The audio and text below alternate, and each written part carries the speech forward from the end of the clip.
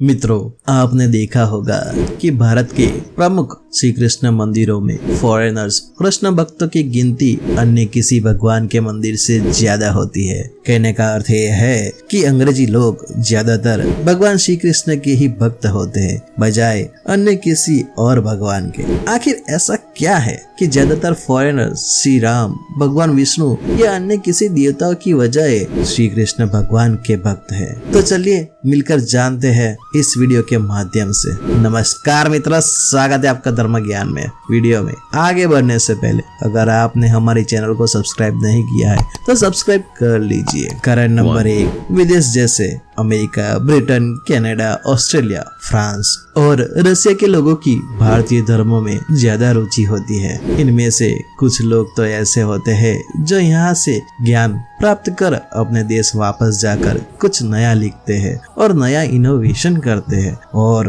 दुनिया को नई टेक्नोलॉजी प्रदान करते हैं। परंतु जिन्हें अध्यात्म की तलाश होती है वह किसी संत से जुड़कर भारतीय दर्शन और ज्ञान के साथ ही ध्यान करते हैं। अब यदि कोई संत श्री कृष्ण भगवान का भक्त है तो वह विदेशी शिष्य पेशेवर किशन को ही जानता है, यानी कि श्री कृष्ण भगवान को ही जानता है और उन्हीं की भक्ति करते हैं। यदि वो संत भगवान राम के परम भक्त है तो वो भी भगवान श्री राम का भक्त बनकर उनका भजन और कीर्तन करते हैं। कारण नंबर 2, कोई भी विदेशी व्यक्ति सीधे तौर से भगवान राम या किशन में नहीं जुड़ सकता। उनको तो सबसे पहले भारत के संत ही प्रभावित करते हैं। अब देखिए, ओशो, रजनीश के पास जितने भी विदेशी शिष्य बनते हैं जरूरी नहीं है कि वह श्री राम या श्री किशन के ही भक्त थे। सत्य साई बाबा के भी विदेशी भक्त उन पे अटूट आस्था और भरोसा रखते हैं। इसी तरह माता अमृतानंदमयी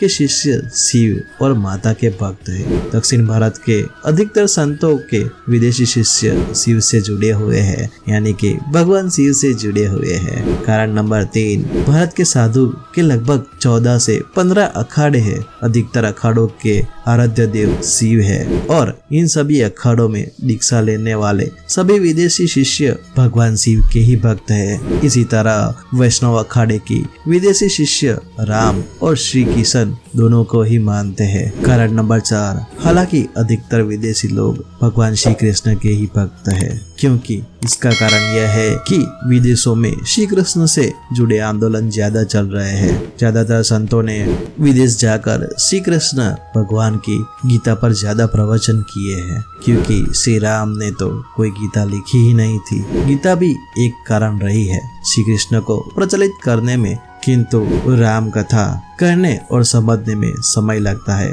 परंतु गीता यानी कि भगवत गीता को कहने और समझने में समय नहीं लगता। भला आज के जमाने में मनुष्य के पास इतना समय ही कहाँ है कि वो भगवान राम की कथा सुन सके, परंतु गीता को कहने और समझने में समय नहीं लगता है। कारण नंबर 5, भगवान श्री कृष्ण का व्यक्तित्व ही ऐसा है जो स्वयं ही लोगों को अपनी ओर आकर्षित करता है।